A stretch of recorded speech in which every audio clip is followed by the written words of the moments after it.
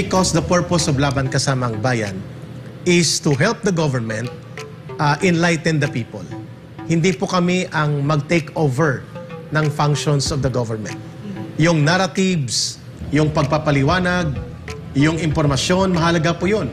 Sapagkat doon manggagaling ang konkretong pagkakaisa ng mamamayan so that they will become collectively united and collectively stand to support a very important program or some other important programs of the government. Hindi lamang po sa paglaban sa local communist terrorism na dulot ng CPP, NPA, NDF, but of course, yung magagandang mga programang binibigyan ng pagkakataon sa Laban Kasamang Bayan at sa SMNI na maipaliwanag, maihatid po ng balanse. Kasama po yung ating pagtatanggol na dapat malinis ang pagpapatakbo ng gobyerno. Hindi pangungurakot at nilalabanan natin ang mga abusado at kurakot na mga politiko at nag-aabuso ng puder at kapangyarihan. That's the reason na tayo po ay nagsusulong ng public accounting and transparency in the public expenditures of every government official. The way we strongly demanded it from Congress, from the President, from the Vice President and other government officials down the line, sapagkat ang good governance po ay hindi pwedeng hindi magsimula sa paglaban sa korupsyon. Pangalawa, hindi rin po pwede na ang ating pagmumulat ay hindi natin tukuyin at tumbukin. Sino ang nagdudulot ng problema? Sino at paano nagmumula ang mga modus operandi na nakakapag-recruit ang CPP, NPA, NDF in spite of the fact na pabagsak at dausdus at pagapang na sila sa armado na puwersa nila ng NPA. Saan ang gagaling ito? Yan po ang binabanggit namin ni Brother Franco at ni Miss Ina, that every day is a journey of learning. Every day is a journey of consciousness raising. Every day is a journey of security awareness raising dito po sa Laban Kasamang Bayan. Sapagkat kapag mulat at buo ang loob at paninindigan ng mamamayan, mas magiging malakas at sigurado po ang tagumpay ng anumang misyon at programa na ipinapatupad ng gobyerno. For that matter, ang primary namin na sinusuportahan na programa dito ay ang National Task Force to End Local Communist Armed Conflict. At kaya kami po pumupuna kapag mas malaki pa ang pundo para waldasin sa pag-travel sa Japan, sa South Korea, sa Dubai, at mga shopping nila towards the end of the year kung ikukumpara sa patubig, kalsada, at mga paaralan at health center na dapat ibinigay sa mga liblib na mga barangay na ginapos at winasak ng CPP, NPA, NDF sapagkat less than 3 million lang pala, Brother Franco, ang na-approve. Wala pang ang 2.8 million daw ang mga barangay development program. Samantalang mahigit 2 billion ang hinahanap natin ngayon, hindi lang 1.8 billion. Sana po ito, Speaker Martin Romualdez, ibinalik ba ito sa kaban ng bayan? O ito ba ay winaldas para sa pagbibigay ng regalo bilang paunang salvo doon sa hindi naubos na 2 billion, 20 million mahigit na travel expenses. Ganon din po ang ating tanong sa ating mga iba pang opisyal ng bayan. Ang mga savings po ninyo, bakit hindi po ito binuo para bigyan ng seryoso na pondo at tulong ang mga barangay upang hindi na sila ma-recover pamuli ng CPP, NPA, NDF. Sapagkat mamaya tatalakayin namin ni Brother Franco at ni Miss Ina, mayroon pong 6 na direktiba ang Central Committee ng Communist Party of the Philippines, including ang kanilang pagpuna na mali pala ang sobrang pagigiit ng gimmick sa red tagging ng kanilang mga urban operatives like Franz Castro, Raul Manuel, Teddy Casino, at pinuna nila mismo yung mga kasamahan nila. yes, sapagkat dapat daw ang ipinagtatanggol ay ang armadong paglaban sa gobyerno, hindi ang pagigiit na hindi sila bahagi ng armadong paglaban. So, Brother Franco, mamaya pupuntahan natin yan, pero bago ang lahat, may naka-organisa kaming topic and subject of discussion. Yes, Go, ka, Eric, Franco. at ito na nga, dahil New Year ngayon, maganda. Umpisa natin sa ating good news. Ito yung good news na to ka, Eric. Ito yung, I think, this coming January 15. Magiging final na. Full implementation ng ating anti-terrorism law. Hindi ako nagkakamali. Ito ang kinakatakutan ng CPP, NPA, NDF. At yan ang sabi ng Korte Suprema. Yan. So, Happy mula New sa Year. Supreme Court. Kaya, Happy New Year. Ayun ang Happy New Year. At pinupuri natin ang Supreme Court dahil napakahalaga nito. Ito yung hinihintay na ng taong bayan. Tama. Dahil at least dito ka, Eric, nagpapakita ng suporta ang Korte Suprema sa anti-terrorism law. Na ito yung magiging daan, hudyat na to ng kanilang pagkabagsak, ka Eric. Dahil nakapaloob din dito, ka Eric, kung hindi ako nagkakamali, kung hindi ka man ma-proscribe bilang isang terorista, pero pwede kang maipasok sa probational prescription. Oo. Na pwede ito ang umabot ng power 3 years. Ng 3 years. Provisional prescription as a terrorist individual or a terrorist organization subject to final prescription of the organizations kung saan ka na nagiging bahagi o nagiging kasapi.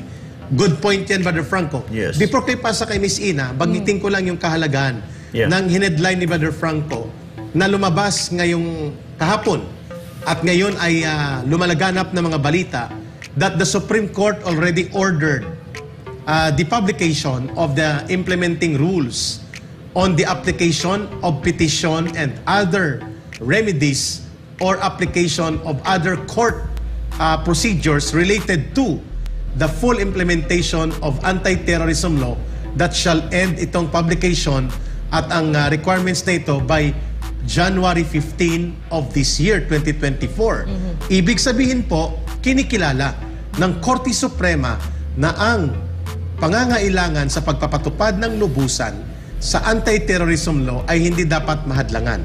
Pangalawa, ang pagpapatupad nito ay dapat may mga batayan. Sa bahagi ng gobyerno, papaano niya gawin ng tama? Sinabi ng Supreme Court, ito yung mga sandigan ng rules of applying for petition or court remedial procedures or court petition related to the full implementation of anti-terrorism law. Ganon din po sa magiging mga agrabyado na partido. As a process of due process or as a guarantee of due process, pwede kang pumunta rin sa korte. Brother Franco, Miss Ina, maganda yan na mapag-aralan natin with lawyers. Yes. Pero hindi ko pa alam kung pwede na mag-guest sila sa online natin, Miss Ina. I will ask pa. Let's say Sige. that I think nagpaabot na nga si Prosek na interesado siya Sige. na magkaroon tayo ng discussion dito. Anyway, una sa lahat, no, it's a really good news, no, for all of us dahil onting-onti na lang mga kababayan, no, nabanggit nga natin ka Eric, ang huling hibla ng CPP, NPA, NDF ay nandito sa kanilang urban operative.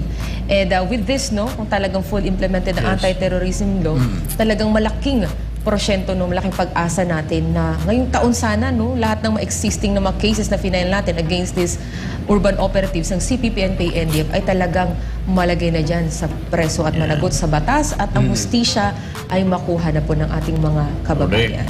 At syempre ka, Eric, gusto lang natin ipalam sa ating mga kababayan na isa sa idinidemand dito, kung di ako nagkakamali, sa exploratory talks ng CPP, NPA, NDF ay ang pagpapahold dito sa ating napakagandang anti-terrorism law. Bakit?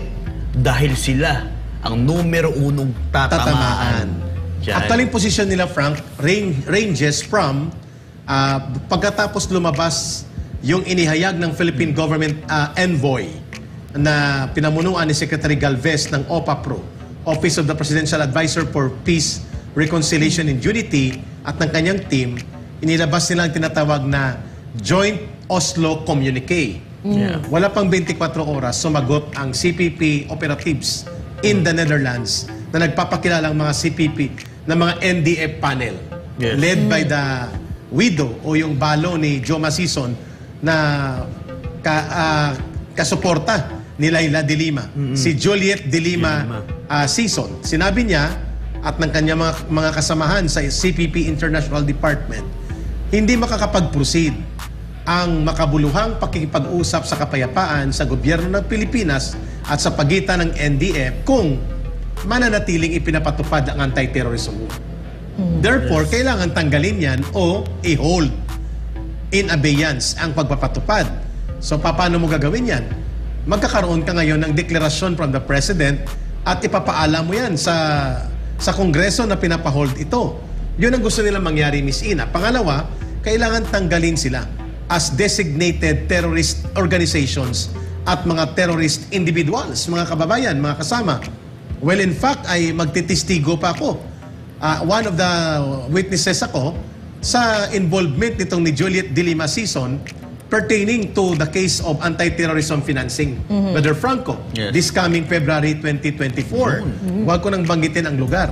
So, mga kababayan, malinaw po na gusto nilang lusutan ng batas.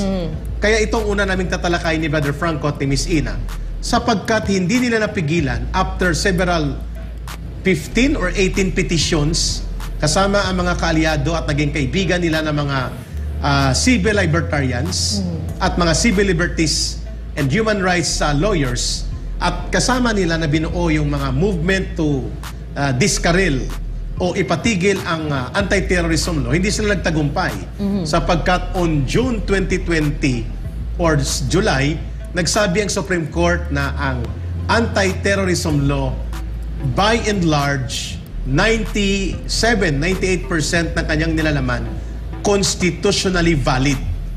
Walang problema at hindi bumabangga sa konstitusyon. May ilan lang na tinanggal na mga 2 or 3% component. By and large, naging successful po ang batas na ito na lumagpas at mapangibabawan yung sinasabi kong 18 at least na mga different petitions para ito'y harangin sa Supreme Court. Ngayon, dahil hindi nangyari, Miss Ina, ang ginawa nila ngayon, iikutan nila sa pamamagitan ng peace talks at sa pamamagitan ng ibang pamamaraan. Bakit? Sapagkat una silang tatamaan nito kung kaya ito rin ang ini-echo at pinapalaganap na posisyon ng mga urban operatives ng CPP, NPA, NDEP sa loob ng Kongreso at naghahanap sila ng mga kakampi, Brother Frank, Miss Ina, para magkaroon ng suporta na ipatigil ang anti-terrorism law at huwag tuluyang ma-designate ang iba pang mga urban operatives and known CPP, NPA, NDF leaders in the guise na binubuksan nila sa exploratory talk for peace talks ang ating gobyerno at ang NDF daw. Kaya kailangan ipatigil mo na ang mga ito. Your take on that, Miss Ina, Brother Franco? Yes. Sige. Well, unexpected naman talaga na yun ang magiging panawagan ng CPP, no? Pero ka, Eric, before natin himayin ito, gusto ko munang malaman, ano yung unang nasa isip ngayon ng CPP, nung nalaman nila ang Korte Suprema ngayon, ay ito na, malapit na talaga sa kanila na silang huling hibla dito no, sa urban operation. Anong tingin magiging move nila dito? Kasi for sure, they've been planning this also. Yes, pinag-aralan na rin ang batas. At siguro nakita nila na kung hindi man nila totally maikutan ito, sabi mo, ang peace talks, ano pa yung kabuang magiging impact nito? Una, ang desisyon ng Korte Suprema sa perspective ng ating government, ngayon sa perspective naman ng CPP, paano nila ngayon yan pag-aanahin? Ang sagot ko dyan, Miss Ina, maliban na iikutan nilang batas sa pamamagitan ng pagkukunwari na interesado silang buksan muli ang peace talks at igigiit ng kanilang mga urban operatives and party list operatives para makakuha ng mga political allies, ang pangalawang gagawin nila dito ay ipapatigil, ipahold in abeyance ang formal judicial proscription petition laban sa CPP, NPA, NDF.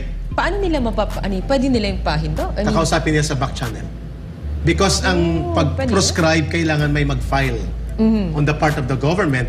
And as far as I know, Brother Franco, Miss Ina, the filing of the formal petition for proscription must come from the Department of Justice. So, pwedeng kausapin nila ito.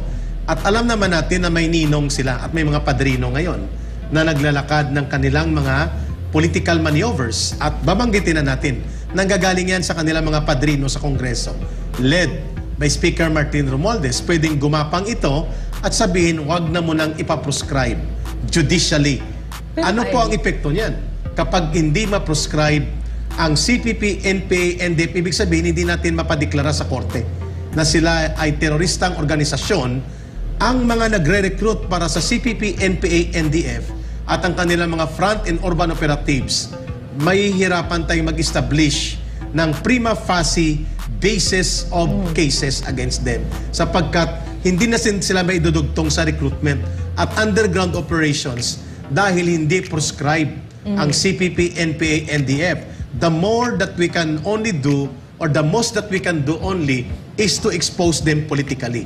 But legally, kapag sinabi nating nagre-recruit sila Franz Castro, Raul Manuel, at nagpupondo sa CPP, NPA, NDF, mas mabigat, Brother Franco, Miss Ina, kung ang CPP, NPA, NDF will be prescribed by a court decision. Okay. Naisip ko lang, kasi nabanggit mo kanina, medyo happyawan na natin itong yung pag-rectify movement ng CPP ngayon, na actually pinunan nila itong mga kilalang urban operative na itong red tagging. Yes. How will this affect also? Kasi baka biglang, I don't know, yung mga existing cases ngayon or filing pa lang o yung magiging movement ngayon ng urban operative dito if they will follow this rectifying movement. Frank, would you like to read? Yeah. Yung binabanggit nila na wars, ito po ay isang porsyon ng statement at direktiba ng CPP Central Committee that covers Franz Castro, Teddy Casino, Raul Manuel, Arlene Brosas, and the urban operatives. Nandito po ito sa part 4 ba, Frank? Yes. Or part 2 yata yan, Frank. Sa buong Central Committee Directive and Statement. Go ahead, Frank. Okay, diretso na tayo ka, Eric. Yung word na wars. Ito, yung worse, there is also the tendency of the legal democratic forces. Break, Frank. Pag sinabi po nating legal democratic forces or urban forces, ang tinutumbok po dito ay mga front organizations nila at party list nila na aming in-expose. Tulad nila? Tulad nila Franz Castro, Raul Manuel, Teddy Casino, Carol Araulio, and the organizations related to them at pinapatakbo nila including their party list. Again, Frank, can we read the statement na pinuna sila ng Central Committee? Go ahead. Yan. Democratic forces to override, demarcate themselves from the armed struggle in response to enemy propaganda. So, pinupuna sila sa sobra nilang pagdidistansya sa armadong pakikibaka imbis na ipagtanggol ito sapagkat ang sinasabi dyan, ang sobra nilang pagigiit na nire-red tag sila, hindi sila kasama sa CPP, NPA, NDF. Ang sabi ng Central Committee, mali yun. Ang word na ginamit, wars. Hoy, mali pala kayo, Franz. Mali pala yung ginagawa nyo. Naku. Ang tawag bawas ang dyan, points sa CPP niya. may term sila na ginamit, Miss Ina. Ito daw ay isang forma ng bourgeois right opportunism. Pag sinabing bourgeois right opportunism, ito daw ay parang isinusurrender at itinatakwil na nila ang armadong pakikibaka bilang pangunahing forma ng kanilang paglaban sa gobyerno. O Franz, paano niyo ipaliwanag ito, Brother Franco? Kaya hindi nila matakwil-takwil ang CPP, NPA, NDF. Ito po ang paliwanag. Ang sabi ng CPP Central Committee statement nila, Frank, anong sabi sa kanila? Overly demarcating themselves away from the armed struggle. Go ahead, Frank, please. Okay, to overly demarcate themselves from the armed struggle in response to enemy propaganda, instead of asserting the justness of waging armed resistance against tyranny. This had the effect of undermining political support for the revolutionary armed struggle. Klaro. Ka Eric, may question lang Go, ako. Miss Ina. Kasi diba, sa CPP, hindi mo nga dapat dinideny.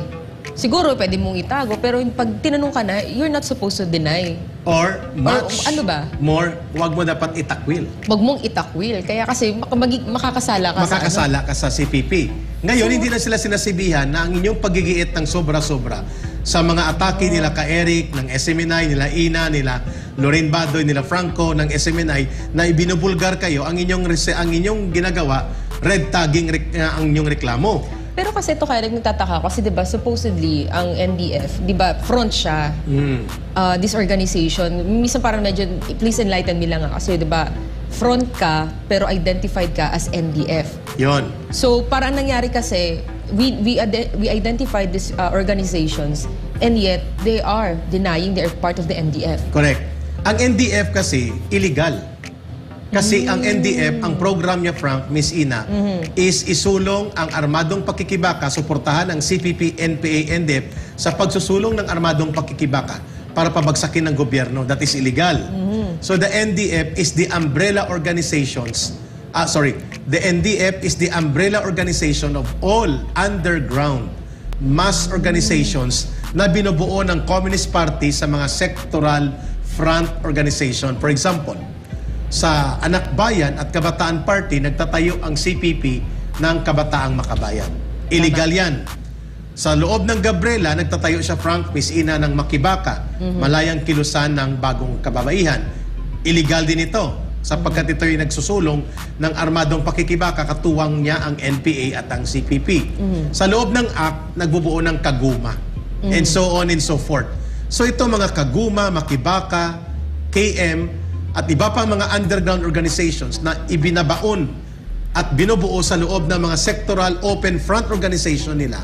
Ang pumapayong sa mga underground organizations ay NDF. NDF. Ang pumapayong sa sectoral front organization nila ay Bayan. Bagong Alyansa Makabayan. Sino mga kilang personality dyan? Renato Reyes, Teddy Casino, si Carol Araulio. Ang Bayan, CPP din ang namumuno. Pero hindi nila inaamin na sila ay nagbibitbit ng armas o sumusuporta sa armado. Ang NDF, ito yung equivalent ng Bayan. So pareho silang gumagawa ng tinatawag na United Front Building Operations. Ibig sabihin, nagpapalawak ng alyansa, nagre-recruit sa sektor. Ang kaibahan ng Brother Franco, Miss Ina, ang NDF, armado ang tunguhin ng kanilang pagre-recruit at kanyang mga binubuo. Ang Bayan ay ina-approximate lang nila. Inilalapit lang nila sa armado. Pero ano ang tumutuhog sa kanila? Communist Party of the Philippines. Ayun. Klaro. Dito, yes, napakalinaw ka, Eric. Pero gusto ko lang bigyan linaw din, balikan ng konti. Go. Yung sa NTFL check natin. Siyempre yung ano ka, Eric, yung primary government agencies na magsisiwalat dito, like sa iba't ibang organizations na ito. Gusto natin bigyan na halaga yung role, especially for this pagsasagawa para ma-full execute ang ating anti-terrorism law ay yung tulong mula sa ating Philippine National Police. Exactly. Eric. Tama. At also, kung di ako nagkakamali, ang Department of Justice. Exactly. Sila ang may mga primary role para magkaroon ng pangil ang ating anti-terrorism law. Exactly, Brother Franco. That's a very good point na niraise niya, Miss Ina. Kaya itong sagot sa tanong ni Miss Ina. How will the government now maximize the positive impact of implementing the anti-terrorism law na sinabi ng Supreme Court, pwede nang ipatupad. Yes. At may mga rules and guidelines sa Correct. petisyon. So the ball is now in the hands of The ball now DOJ. is in the hand of the executive. Executive. And